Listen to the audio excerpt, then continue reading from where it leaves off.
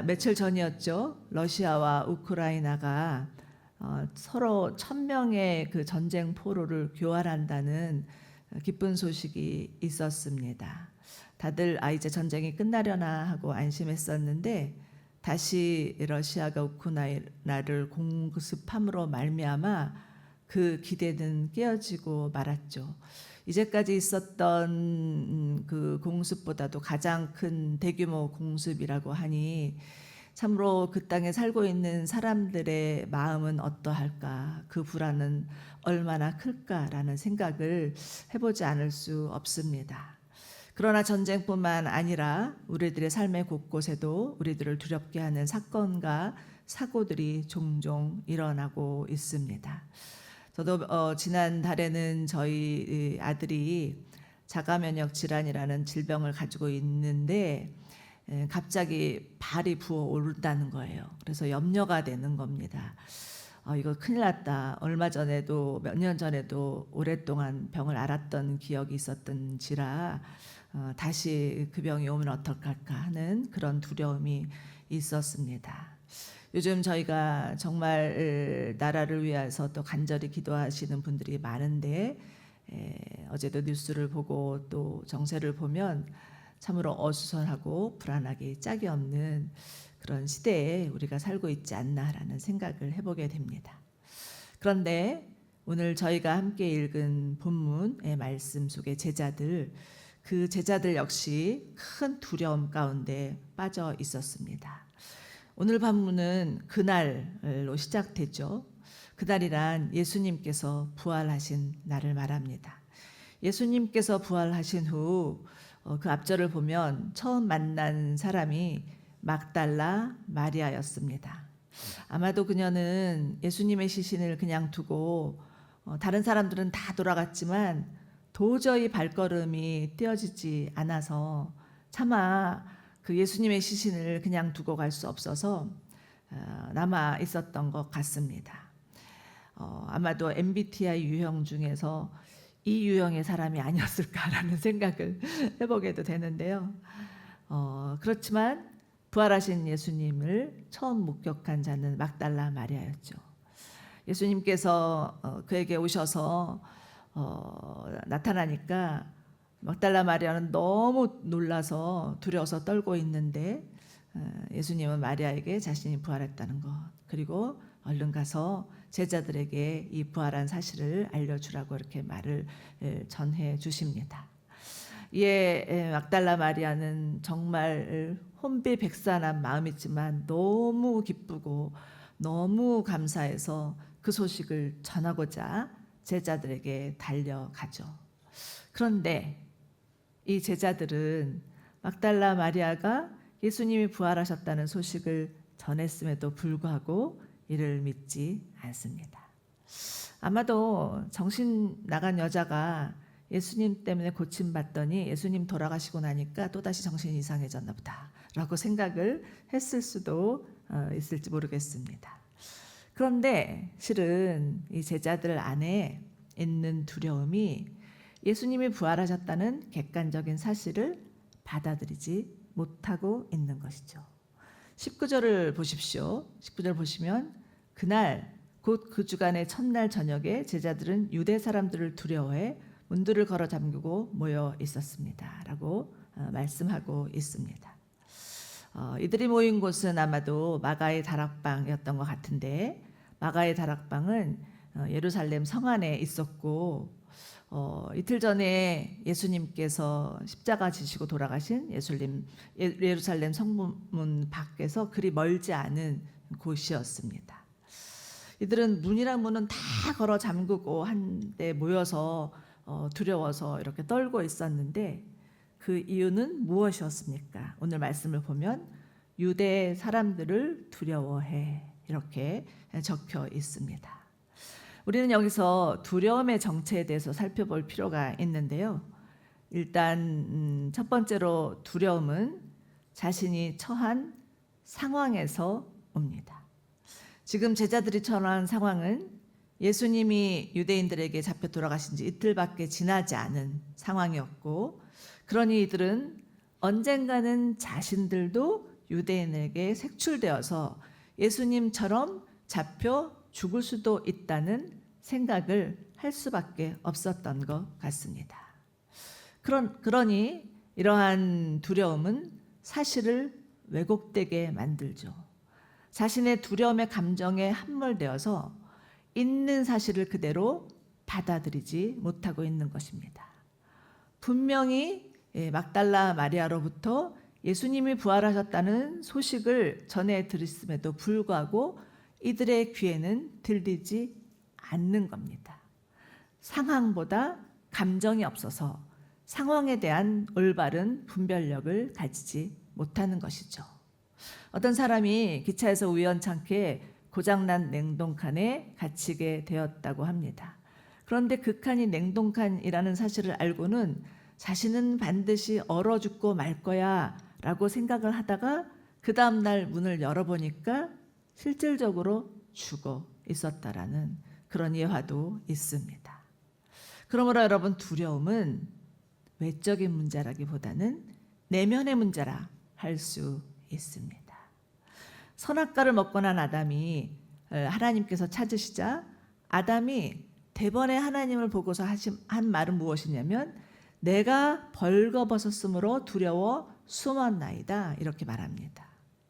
여러분, 두려움은요 하나님을 떠난 인간의 실존적 두려움입니다. 에덴에서 하나님과 함께하는 평안이 깨어졌기 때문에 찾아올 수밖에 없는 두려움이었죠. 그런데 이 아담이 겪은 두려움도, 제자들이 겪은 두려움도, 우리가 겪는 두려움도 모두 하나님의 임재를 떠난 두려움이라 할 수밖에 없습니다. 예수님은 지금 이처럼 두려움에 갇혀 있는 제자들, 그래서 문이란 문은 다 걸어 잠그고 있음에도 불구하고 그 두려움에서 헤어나고 있지 못하는 제자들을 향해서 오셔서 처음으로 전한 말씀이 무엇이었나요? 너희에게 평강이 있을지어다. 두려움 가운데 떨고 있는 우리 모두 가운데 주님이 오셔서 동일하게 너희에게 평강이 있을지어다 이렇게 말씀하심을 믿으시기 바랍니다. 자, 그런데 예수님은 어떻게 하여서 이렇게 꽉 걸어 잠근 문을 통과하여서 오실 수가 있으셨을까요? 우리는 여기서 요한이 예수님은 부활하셨다는 역사적 사실을 가르쳐주고 있고, 예수님의 부활하신 몸은 시공간을 초월한 영적인 몸인 것을 전해주고 있습니다. 그리고 예수님이 전한 평강은요, 헬라어로는 에이레네라고 하여서 평화, 화평이라는 것을 뜻하는 말이고요, 히브리어로는 샬롬입니다. 여러분, 샬롬은 유대인들이 길에서 사람을 만났다거나 아니면 서로 만났다가 헤어질 때나 아니면 이웃을 방문했을 때나 주로 일상에서 주고받는 전통적인 인사말입니다. 아마도 수시로 전쟁이 일어나는 나라인 이스라엘에서 얼마나 두려운 일이 많으면 인사가 평안하십니까? 라고 물어보는 것인가? 라는 생각을 해보게도 됩니다. 마치 우리나라 옛날에 우리 밥 먹고 굶어 죽던 그런 시대에 만나면 인사말이 식사하셨어요? 하고 물어보는 것이나 마찬가지가 아니었을까라는 생각을 해보게도 됩니다. 자, 그런데 예수님께서 지금 제자들에게 전한 이 샬롬은 그 이상의 것입니다. 저는 오늘 말씀의 제목을 더 샬롬이라고 정해보았는데요, 예수님이 주시는 평강, 더 샬롬은 무엇인지를 좀 구체적으로 살펴보겠습니다. 첫째, 예수님이 전하는 평강은 존재에 근거한 평안입니다. 제자들은 아마도 예수님이 십자가에 돌아가시자 자신들은 끈떨어진 가방 신세 이렇게 생각하였을지도 모르겠습니다. 나름대로 자신의 삶을 다 바쳐서 주님을 3년 동안이나 따랐던 제자들이었습니다. 그런데 이제 예수님이 돌아가시니 우리는 어떻게 해야 되나? 우리도 유대 간원들에게 붙잡혀서 죽는 건 아닌가라는 그런 두려움에만 떨고 있었던 거죠. 그런데 그것보다 더 두려웠던 것은 그 마음 가운데 자신들이 예수님을 부인하고 도망쳤다는 사실로 인한 두려움이었을 것 같습니다. 자신들이 한 짓을 생각하니 쥐구멍이라도 들어가고 싶은 마음이 있지 않았을까 싶습니다. 부활하신 예수님을 대면하는 순간 어쩌면 이들은 우리가 예수님을 거절했으니까 예수님도 우리를 거절하실 거야. 분명히 예수님께서 오시면 우리에게 바로 너희가 어떻게 나를 버리고 그렇게 도망갈 수 있어 라고 책망하실 거야 라는 생각을 하면서 그 마음에 두려움이 더 증폭되어 있을 수도 있습니다. 도둑이 제 발이 저리다고 예수님 만나는 게 부담스러웠을 수도 있겠죠.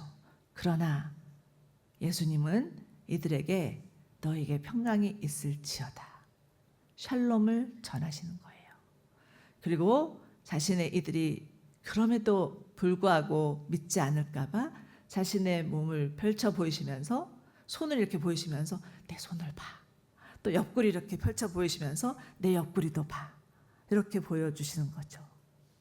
그제서야 제자들은 예수님 부활하신 게 사실이구나 라고 믿기 시작했을 것입니다. 여러분, 예수님이 전하는 샬롬은요, 연약한 제자들을 있는 모습 그대로 사랑하시는 존재로서의 샬롬입니다. 제자들이 비록 자신을 배반하고 도망쳤다 해도 자신들을 향한 예수님의 사랑은 변함이 없는 거죠. 예수님의 사랑은 그들의 존재 때문이지 행위 때문이 아니라는 것입니다.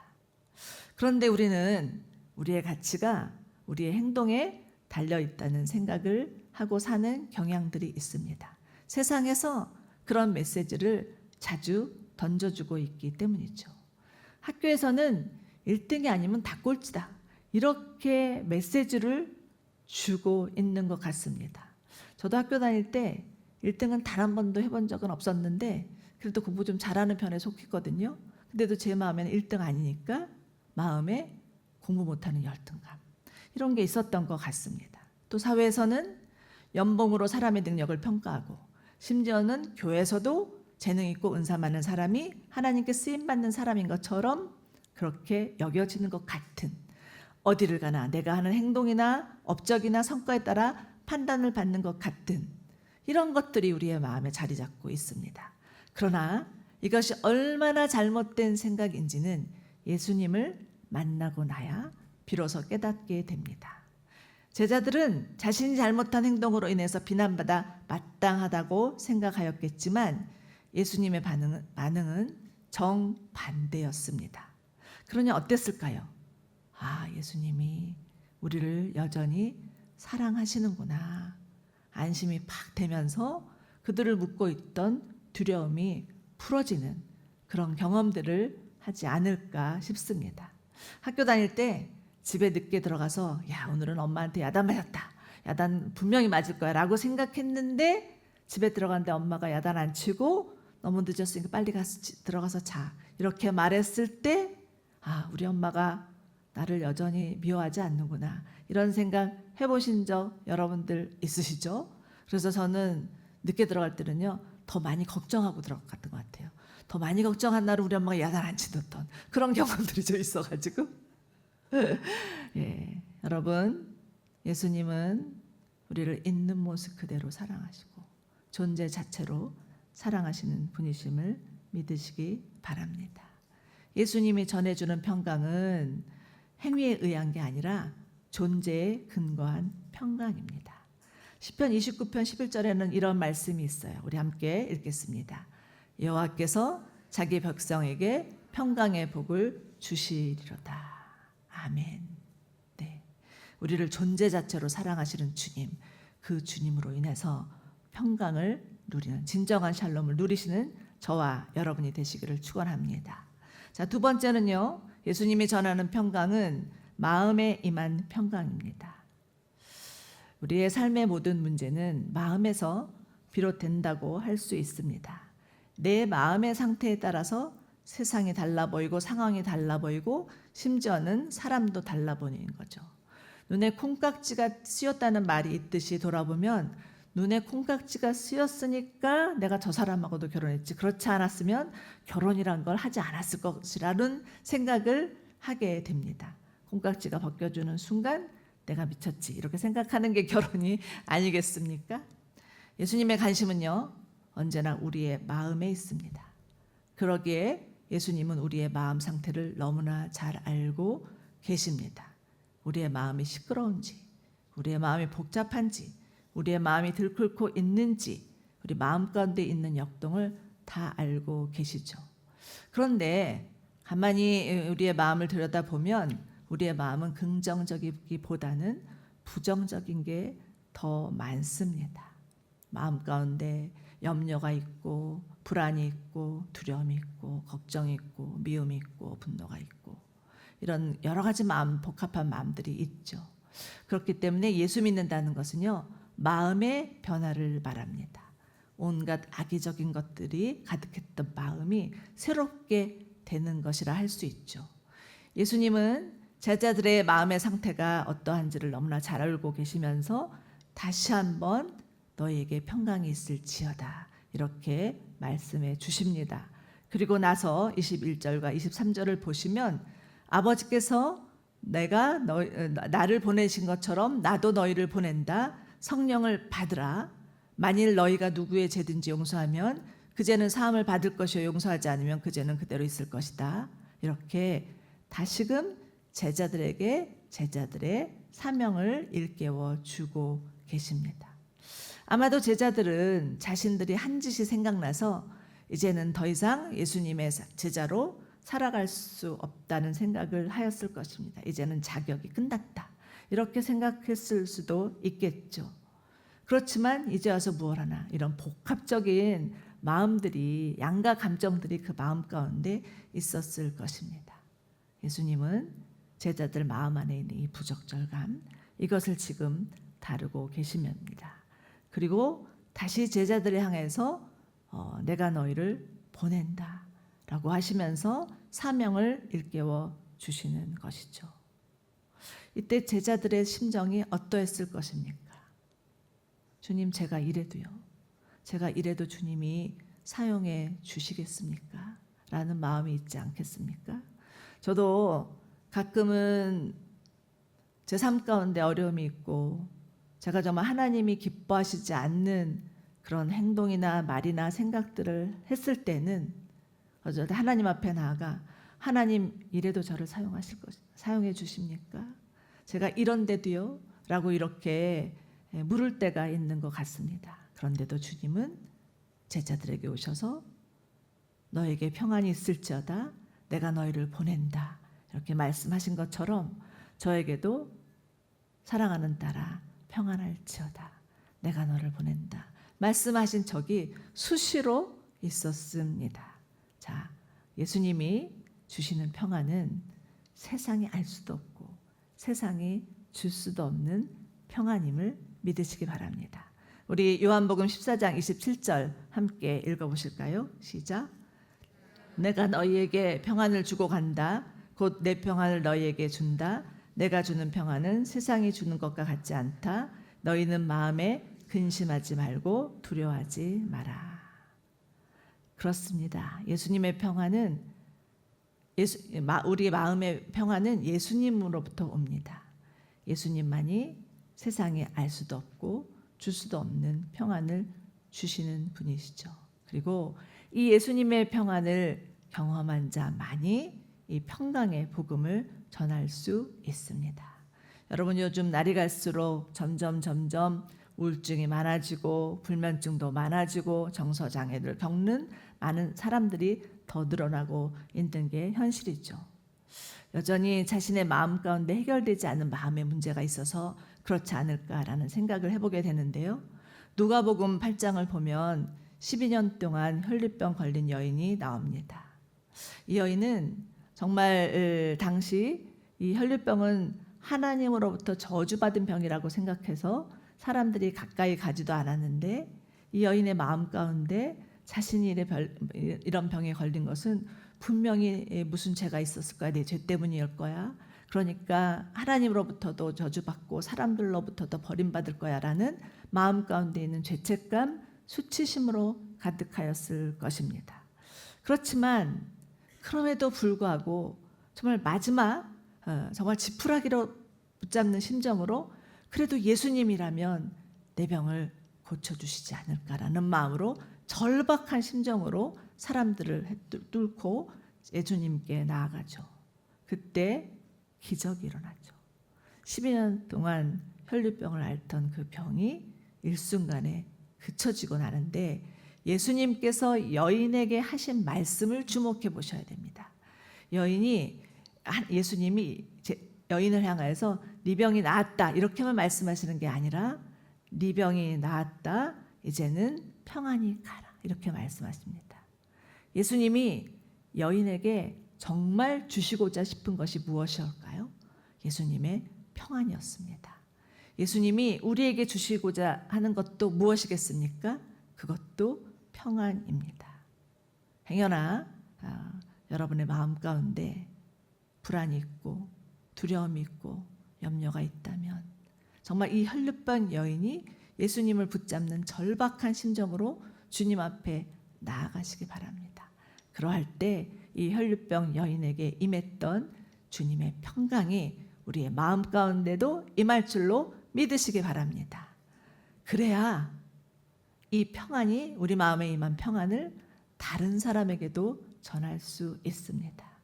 우리에게 주신 평안의 복음은 우리가 경험할 때만 전해지는 것이지 내 마음이 여전히 불안하고 두려운데 어떻게 옆에 있는 사람에게 평화의 복음을 전할 수가 있겠습니까? 여러분 내가 마음이 불안하면 내 옆에 있는 사람도 불안해지고요.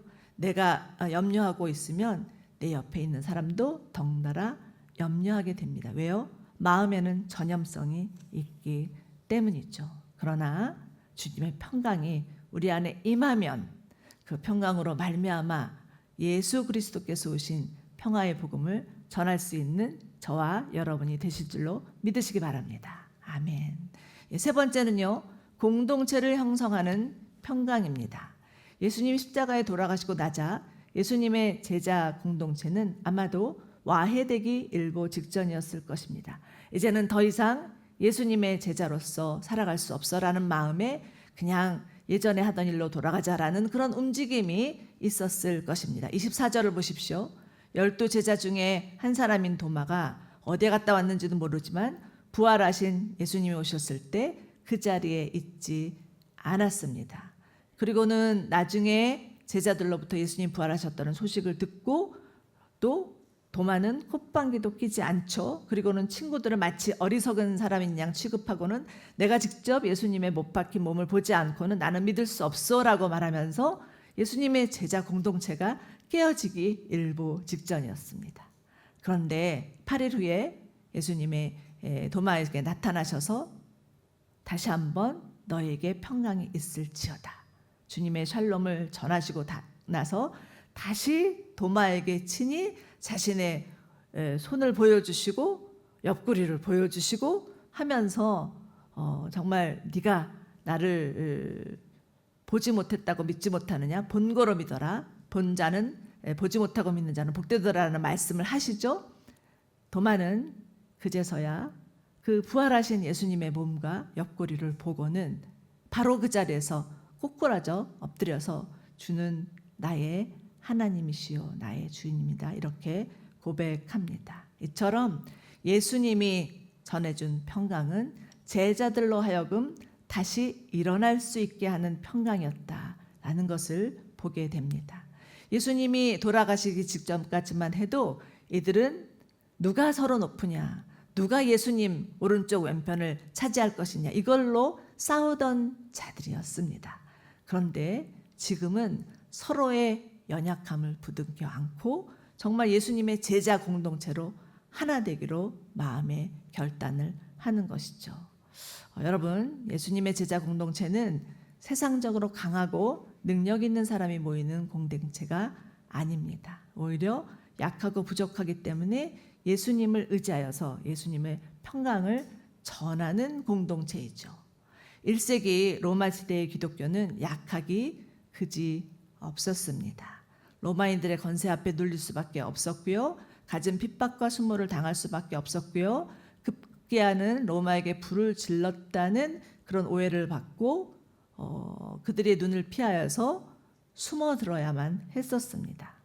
그러나 이들은 핍박이 오면 올수록 오히려 서로 하나 되었고 오랫동안 그 카타콤에서 공동체를 이루면서 이들의 신앙을 지켜왔죠.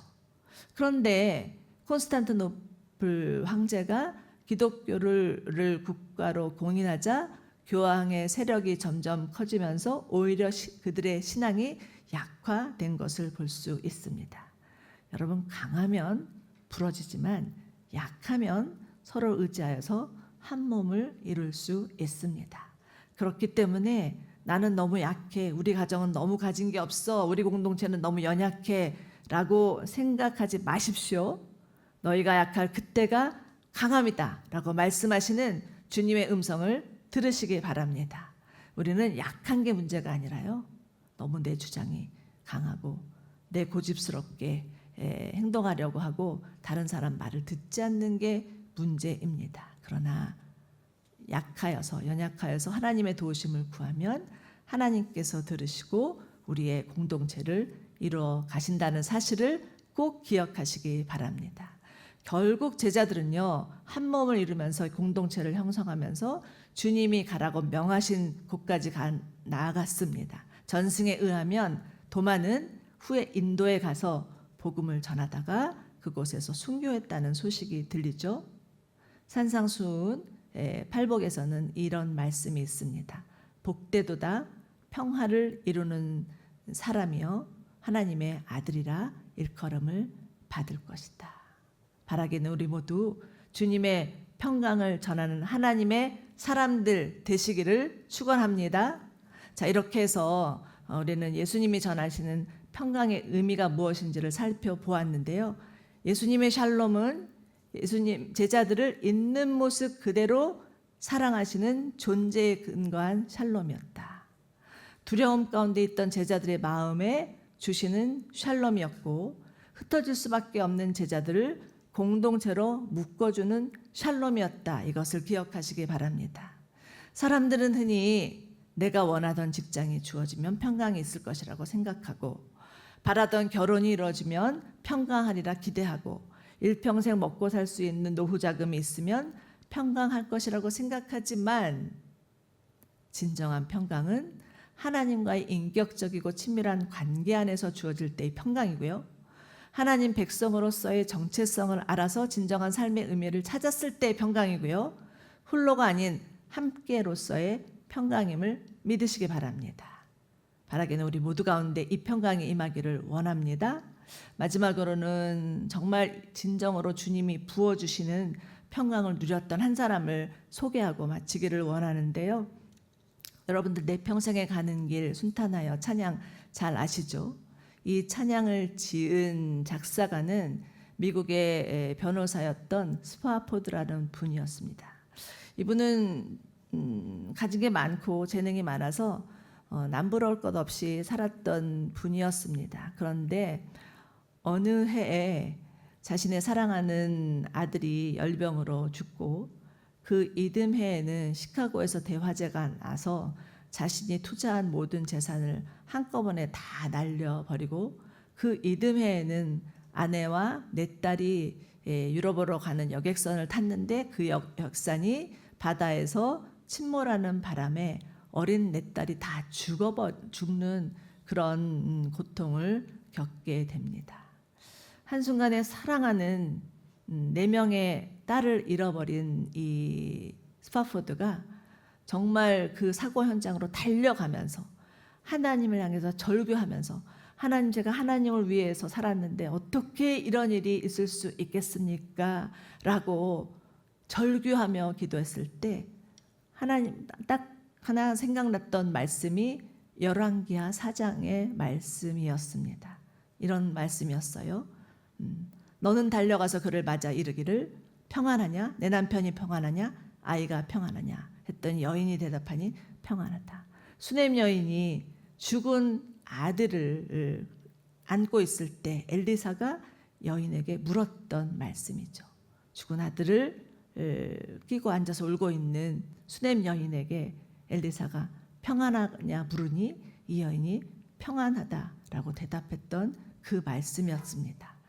그 후로 스파포드의 머리에는 정말 이 평안이라는 단어가 끊이지 않았고 그 이후로 정말 하나님께서 하늘 문을 여시고 하늘의 샬롬을 이 분에게 주시는 것들을 실제적으로 체험하면서 그 마음 가운데 있던 원망과 고통과 슬픔이 사라지고 그 후로는 이분이 자신의 삶을 다 정리하고 이스라엘 예루살렘에 가서 그곳에서 가난하고 소외된 이웃들을 위하여서 평생을 바쳤다라는 이야기가 있고 그때 생각났던 그 마음에 떠오르는 글귀가 바로 내 평생에 가는 길 순탄하여 이것이었다라고 합니다.